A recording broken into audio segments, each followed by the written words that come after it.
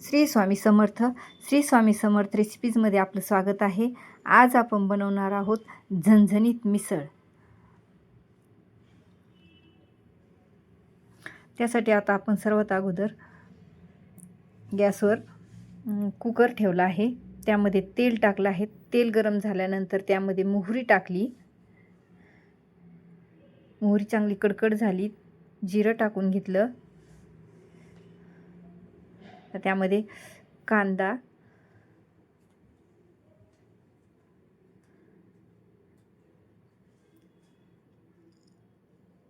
आणि थोडासा कढीपत्ता टाकला आहे. आता हे छान असं परतून घ्यायचं व्यवस्थित. कांदा थोडासा गोल्डन होईपर्यंत परतून घ्यायचा.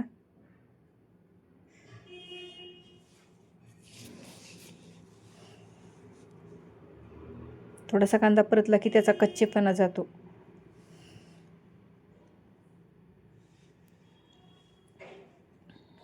आता कांदा परतून झाला आहे.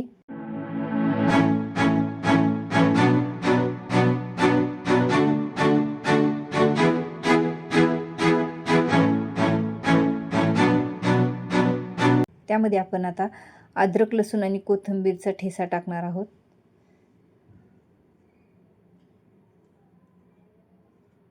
हिंग,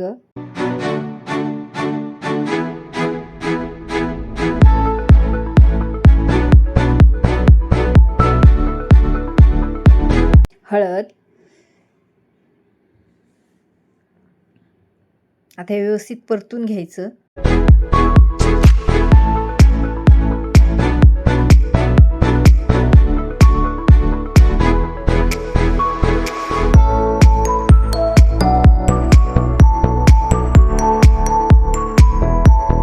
एक वाटी मोड आलेली मटकी टाकली आहे.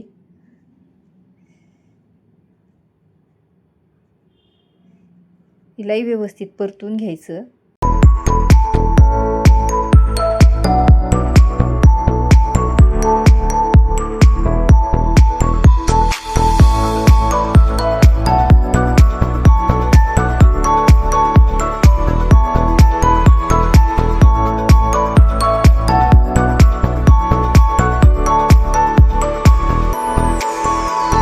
मटकी व्यवस्थित परतून झाली की त्यामध्ये पाणी टाकायचं. पाणी आपल्याला मिसळ किती बनवायची आहे त्यानुसार पाणी टाकायचं. कारण ह्याच पाण्यापासून आपण मिसळची तर्री बनवणार आहोत.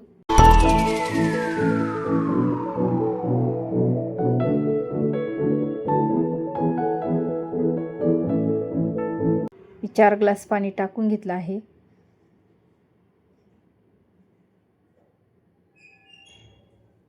त्यामध्ये आता चवीनुसार थोडंसं मीठ टाकून घेतलं आहे.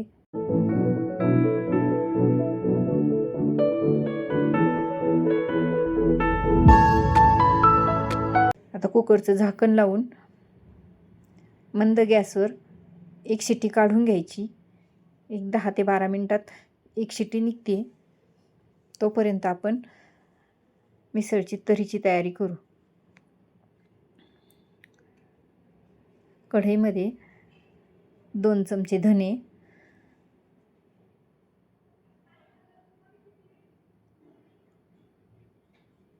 1 चमचा जिरे,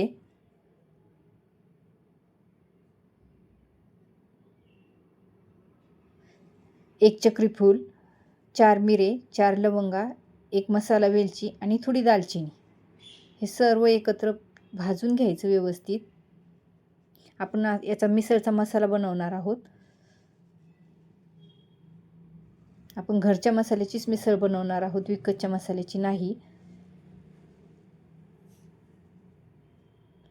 असा ताजा ताजा मसाला बनवला की छान असं टेस्ट येते मिसळला आणि सेंटही खूप छान येतो. आता हलकंसं भाजून घेतलं आहे. हे खडे मसाले हलकेसे भाजून घेतले आहेत. छान असा सुगंध येतोय. त्याच कढईमध्ये आता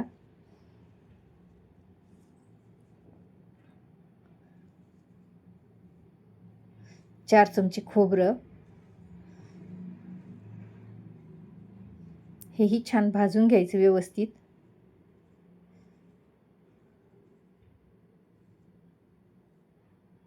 थोडंसं असं लाल होईपर्यंत खोबरं भाजून घ्यायचं.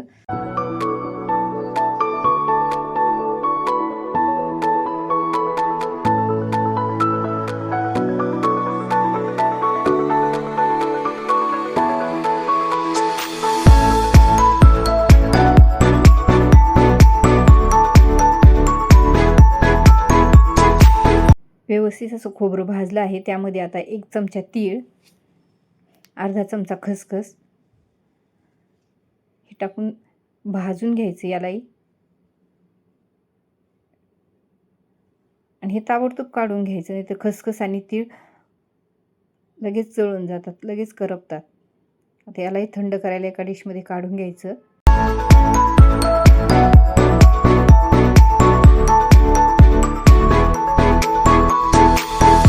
त्याच कढईमध्ये थोडंसं तेल टाकलं आहे. त्यामध्ये 2 कांदे चिरून उभे चिरून असे भाजून घ्यायचे छान व्यवस्थित.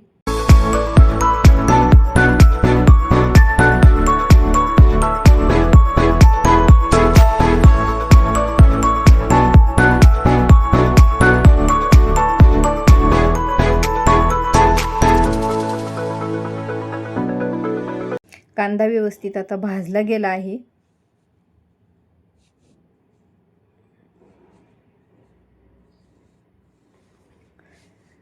पाच ते 6 लसणाच्या पाकळ्या टाकल्या, 1 अद्रकचा तुकडा टाकला.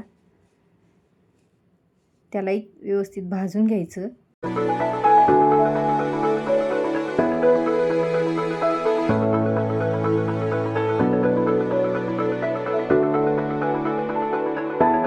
आता याला एका ताटामध्ये थंड करण्यासाठी काढून घ्यायचं.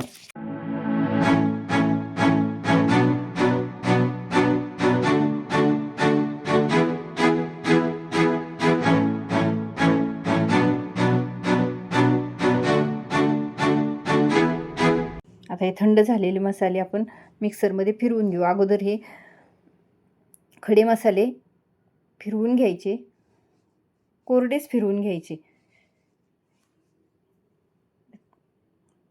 त्यातच आता खोबरं, तीळ आणि खसखस हेही फिरवून घ्यायचं कोरडंच.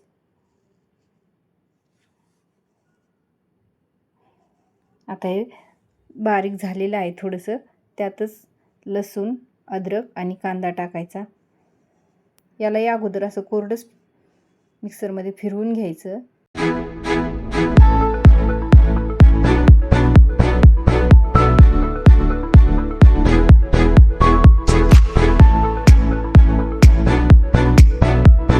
चार 5 लाल मिरच्या टाकल्यात त्यामध्ये.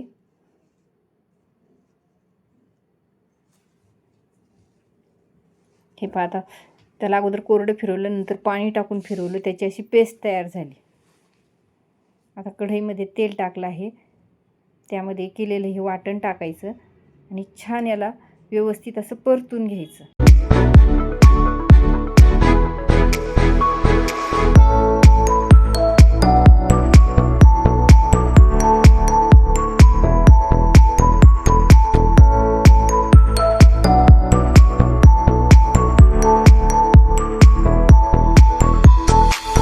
हे सगळं वाटण तेल सुटेपर्यंत व्यवस्थित परतून घ्यायचं.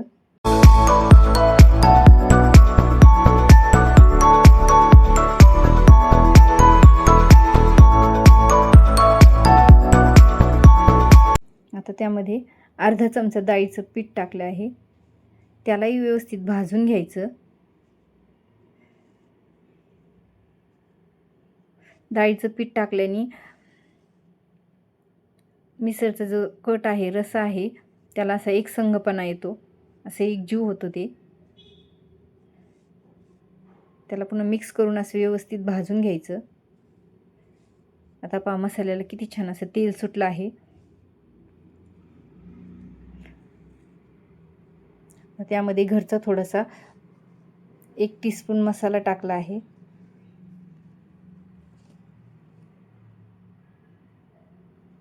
लाल मिरची टाकल्यामुळे वाटणामध्ये आता लाल तिखट टाकण्याची गरज नाही.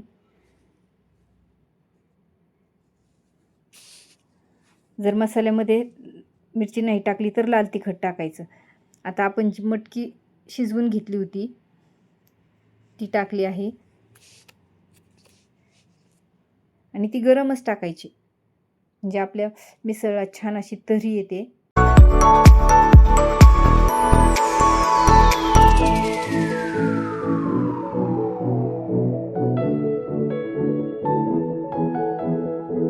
आता चवीनुसार थोडंसं मीठ टाकायचं, कारण आपण मटकीमध्येही मीठ टाकलं होतं शिजवताना, त्यामुळे आता जरा मापानेच मीठ टाकायचं. आता ही मिसळ 10 मिनटं छान उकळली की याला छान तर्री येईल.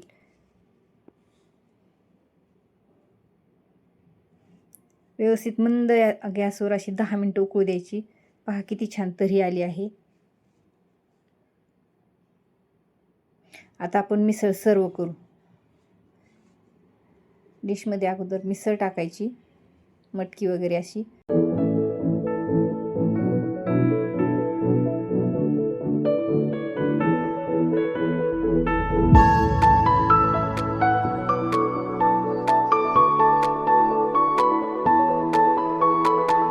फरसाण टाकायचं.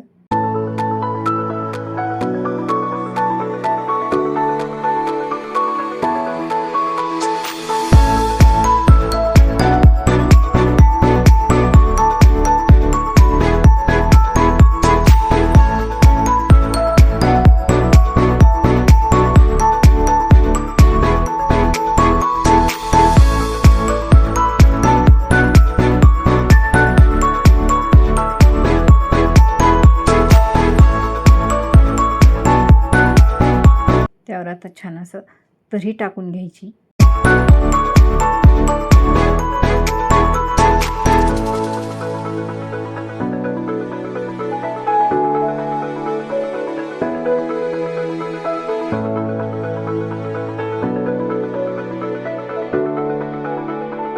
कांदा,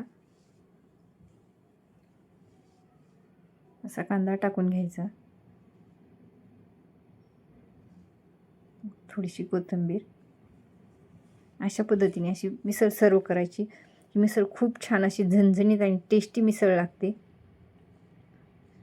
लाईक करा, सबस्क्राईब करा. रेसिपी कशी वाटली ते कमेंट करून सांगा. अशी तयार झाली आहे आपली झणझणीत मिसळ. एकदा करून पहा, खूप छान लागते ही घरच्या मसाल्याची मिसळ आणि अगदी घरच्या साहित्यात तयार होणारी.